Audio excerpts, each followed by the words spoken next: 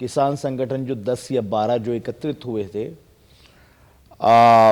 उसमें से कुछ संगठन पीछे भी हो गए इस लड़ाई में।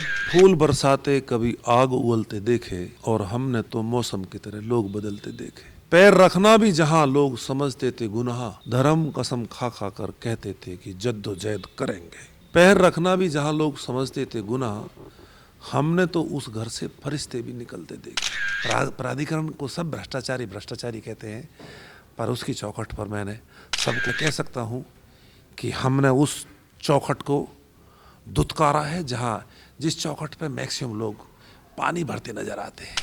तन्हाई में रहते थे और वहाँ पुस्तकों का गीता भी थी मेरे पास में, उपनिषद भी मेरे पास में थी, तो वही पढ़ते थे वहाँ।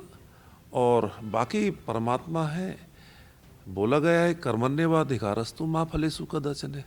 मैं डॉक्टर रुपेश, सुनील फौजी, उदल आर्य और सोरेन प्रधान, 5 आदमी को इन्होंने तन्हाई में रखा था। शायद मैं उनके लगता कोई झाड़ू वाड़ू लगाने वाला रहा हूँगा भगत सिंह का। मुझे भगत सिंह मिले थे वहाँ और कह रहे थे कि मैं भी तन्हाई में रहा था। लोगों को पीट पीट कर जेल में डाल दिया जाता है, परंतु लोग पिटे इसलिए कि जेल ना जाए। बस आपको जेल जाना है तो पिटना है आपको। उनके दरवाजे तोड़े, घरों में घुस घुस कर ये देखा यहाँ जिसको हम तलाश करने आए हैं वो है या नहीं है। अगर नहीं मिला तो माता बहनों को ले गए। 136 किसानों को पुलिस ने गिरफ्तार किया, जेल में डाला, और धीरे धीरे किसानों की अब रिहाई हो रही है। 22 दिन के बाद में नोएडा, ग्रेटर नोएडा में 0 पॉइंट से जब आवाज लगाई किसानों ने कि अब यहां पे प्रदर्शन करेंगे, तो वहां पे सुखबीर खलीफा भी थे। सुखबीर खलीफा वो हैं जो लगातार ये लड़ाई लड़ते आए हैं। उनको पुलिस ने वहां पे अरेस्ट किया और तकरीबन 21 से 22 दिन के बाद में सुखबीर खलीफा कल रात जो है वो लौट के जेल से वापस आए हैं। मेरे साथ में हैं, थोड़ा बातचीत कर लेते हैं। खलीफा जी, पहली बात तो आपको बहुत बहुत बधाई कि आप जेल से वापस बाहर आए। और सवाल पहला ये करना चाहूंगा कि कैसा माहौल था अंदर। मैं आंदोलन पे बाद में आऊंगा और गिरफ्तारी पे बाद में आऊंगा, कितने लोग हैं, इन सब चीजों पे बाद में आऊंगा। ये 22 दिन कैसे कटे आपके जेल में, थोड़ा ये बताइए। आपने अंदर के माहौल की बात करी है। हाँ। आप शायद, मैं समझ रहा हूँ, आप जेल के अंदर की बात कर रहे हैं। हाँ। और मैं और थोड़ा अंदर जाता हूँ, मैं अपने अंदर जाता हूँ। जब आपकी आत्मिक पावर मजबूत होती है, आप सच के साथ ही बने रहते हैं, तो एक शक्ति है जो आपको एक विशेष दायरे में रखती है और आप हर क्षण का लाभ, एक सुकून मनाने लगते हो। हर क्षण में गुनगुनाने लगते हो। तन्हाई में रहते थे और वहाँ पुस्तकों का गीता भी थी मेरे पास में, उपनिषद भी मेरे पास में थी, तो वही पढ़ते थे वहाँ। और बाकी परमात्मा है, बोला गया है कर्मण्येवाधिकारस्तु मा फलेषु कदाचन। आदमी का कर्म करने में अधिकार है, फल तो उसके हाथ में नहीं है, तो फिर उसमें सम हो जाना चाहिए। यहाँ पे फिर गीता ही कहती है निश्चित तौर पर हमको जो है लाभ में, हानि में, जय में, पराजय में, सुख में, दुख में फिर कोई मायने नहीं रखते। जब आपको कर्म ही आपके हाथ में, फल आपके हाथ में नहीं है, तो फिर आप उस चीज़ को उसी रूप में आपको सोचो और आगे बढ़ो।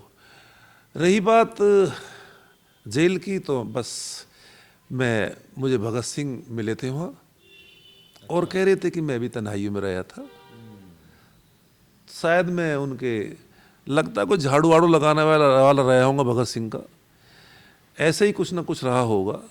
तो सही मायने में अगर मैं उनके अगर इसको मैं पीड़ा समझता हूँ, तो अगर उनकी तरफ देखता हूँ तो मैं अपने आप को कहीं भी खड़ा नहीं पाता। 5 लोगों को आपको तन्हाई में रखा गया था, बाकी लोगों को बैरक में एक साथ रखा गया था। 5 लोग अब तन्हाई में थे। हाँ, मैं डॉक्टर रुपेश, सुनील फौजी, उदल आर्य और सोरेन प्रधान, 5 आदमी को इन्होंने तन्हाई में रखा था। बाकी सभी को बैरिकों में रखा हुआ था इन्होंने। उनका यही था कि भाई ये टूट जाए।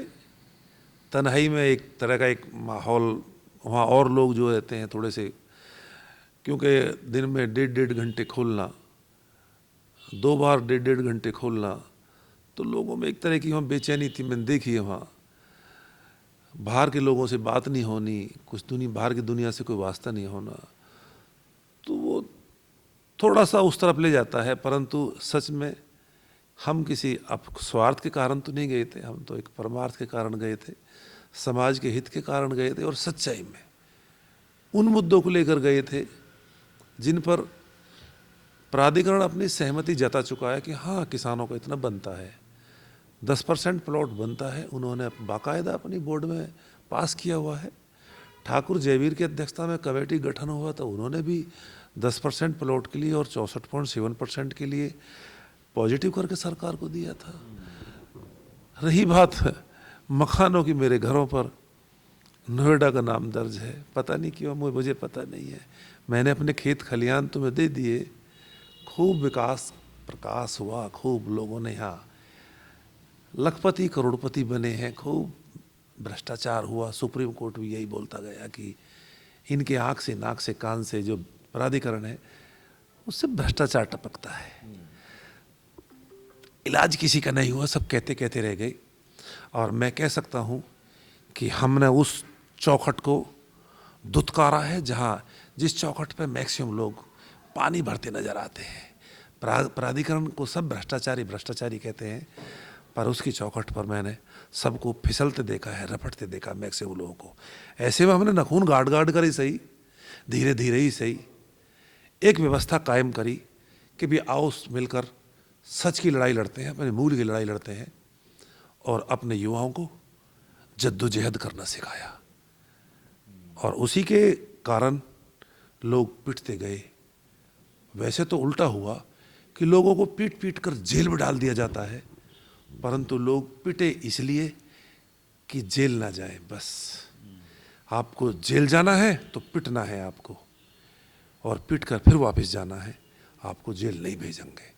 हमारे लोग कहते हैं हमें जेल जाना है, परंतु अधिकारी पुलिस के माँ बहनों की गाली देते हुए, माताओं पर प्रहार करते हुए, किसी को थप्पड़ किसी को डंडा मारते हुए, पहलवानों के बाल नोचते हुए, मैं कह सकता हूँ कि बच्चों ने बड़ी सहनशीलता दिखाई और फिर कोई लोकतंत्र के खिलाफ काम नहीं करा। ये मुझे बड़ी संतुष्टि है। अच्छा खलीफा जी, अगर मैं उस पर्टिकुलर दिन की बात करूं, 3 तारीख को जब आप प्रेरणा स्थल से गिरफ्तार किए गए, हिरासत में लिए गए, अगले दिन छोड़ गए, 0 पॉइंट पे फिर आपका धरना था, वहां पर मैं भी मौजूद था। किसान लोग कहते हुए नजर आए कि घरों में बढ़ के महिलाओं के साथ में जो है थोड़ा सा दुर्व्यवहार किया, किसान नेताओं को बाहर निकाला दरवाजे, तो ऐसा भी कुछ था? इसमें कुछ है सच्चाई? पूरी तरह वास्तविकता यही है कि घरों में उनके दरवाजे तोड़े, घरों में घुस घुस कर ये देखा यहाँ जिसको हम तलाश करने आए हैं वो है या नहीं है। अगर नहीं मिला तो माता बहनों को ले गए और थानों में जगह जगह रखा, उनको उल्टे पुल्टे वचन बोले गए। और कई लोग हैं हमारे, हमने उनका जो है जानकारी जुटाई है, कौन कौन ऐसे लोग थे जो कुसंस्कारी थे। सब लोग अच्छे नहीं होते, पुलिस में भी मैं कह रहा हूँ सब बहुत अच्छे भी हैं, परंतु कुसंस्कारी ऐसे भी हैं जिन्होंने नीचता की हद कर दी, और हम ऐसे को दुत्कार देते हैं। पुलिस को अपनी व्यवस्था को ठीक करना चाहिए, माँ बहनों के साथ में इस तरह नहीं करना चाहिए था। मैंने तो सिर्फ यही सोचा कि हमारी एक परीक्षा हुई है जिनमें शासन प्रशासन पूरी सहमति के साथ में आंदोलन को कुचलना चाहता है, परंतु जिसको वो रखता है, जिसको रब रखे उसको कौन चक्के, सीधी सी बात है। अच्छा नेताजी, एक बात और सामने आ रही है निकल के, कह रहे हैं कि पुलिस ने रिहा कर दिए, किसान कह रहे हैं कि हम बेल लेकर वापस आए हैं। दोनों चीजों में फर्क है। हमने कोर्ट से बेल ली है, बेल देने के बाद जज ने 307 में बेल मिली हमको, और बेल देने के बाद भी हमको दोबारा फिर हिरासत में ले लिया गया।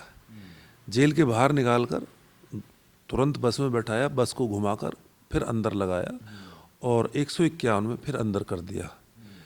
यही तानाशाही दिखाने की कोशिश कि हम नहीं निकलने देंगे। फिर हजारों किसान गेट पे पहुंच चुके थे और उन्होंने एक कॉल ली कि अगर ये नहीं मानते, तानाशाही दिखाना चाहते हैं, तो अब हम भी पीछे नहीं रहेंगे। और उन्होंने कल की यानी जो अभी पीछे कल गया है, इसकी कॉल थी कि या तो छोड़ो नहीं तो कलेक्ट्रेट को हम घेरेंगे पक्का। और शासन प्रशासन बैकफुट पर आया, किसानों से विनती करी और किसानों को छोड़ा गया। खलीफा जी एक बात और बताइए, क्योंकि खबरें ये भी आ रही हैं कि संगठन, किसान संगठन जो 10 या 12 जो एकत्रित हुए थे, उसमें से कुछ संगठन पीछे भी हो गए इस लड़ाई में। पहला सवाल तो ये, और दूसरा ये, कितने लोग अभी अंदर हैं, क्योंकि रुपेश वर्मा का अंदर की खबर आ रही है, और आगे किस तरह की प्लानिंग आपकी है?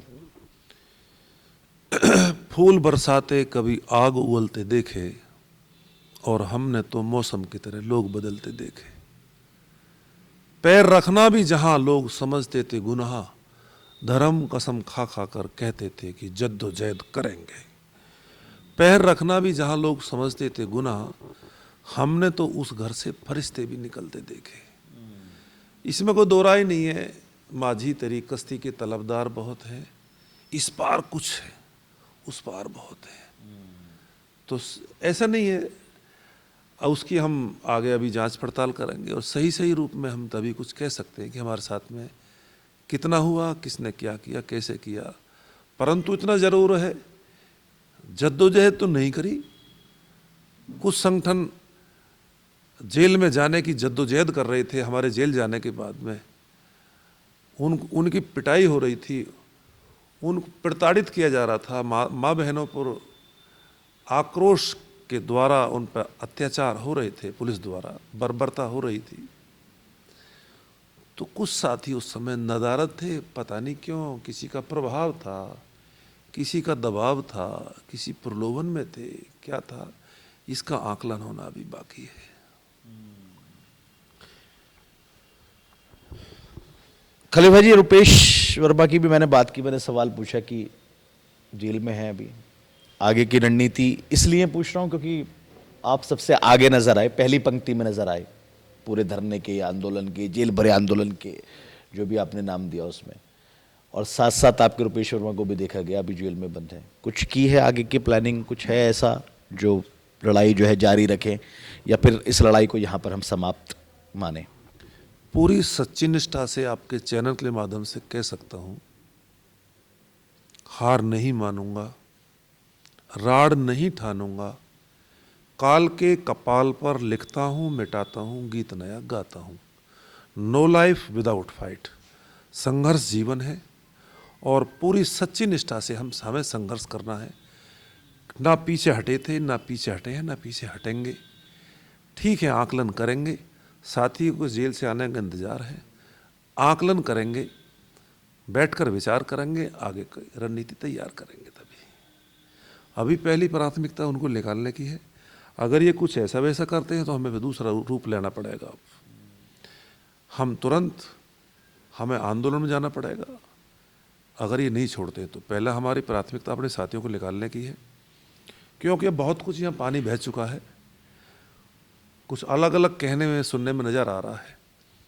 तो बैठ के विचार भी करना है और हमें अपना हक भी लेना है। ठीक है, बहुत बहुत धन्यवाद सुखबीर खलीफा साहब। सुखबीर खलीफा थे, कल जेल से लौट के आए, वापस बाहर निकल कर आए। इनके साथी डॉक्टर रुपेश वर्मा और बाकी एक दो साथी हैं, वो अभी अंदर हैं। जो आगे की रणनीति बनाई जाएगी वो उनके बाहर आने के बाद में बनाई जाएगी। पहली प्राथमिकता उनको बाहर निकालने की है।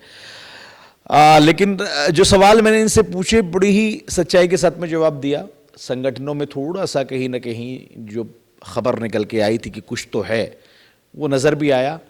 और सुखबीर खलीफा ने कुछ ऐसी बातें भी बताई जो प्रशासन, पुलिस पर, सरकार की मंशा पर सवाल उठाती हैं। और लगातार किसान जो है इस बात को कहते हुए आए हैं कि प्राधिकरण से लेके प्रशासन, शासन और सरकार अगर उनकी बात नहीं सुन रही तो फिर उनकी नीयत पर सवाल जो है वो उठता ज़रूर है। देखना होगा क्या रणनीति बनती है किसानों की, कब बाहर निकलते हैं सुखबीर खलीफा के साथी, जब बाहर आएंगे क्या रणनीति ये बनाएंगे, और जो आंदोलन बीच में 0 पॉइंट पर दम तोड़ गया था वो क्या वापस खड़ा होगा या फिर यहीं पे दम तोड़ के रह जाएगा। नोएडा से नौ नोएडा के लिए अफी हिंदुस्तानी।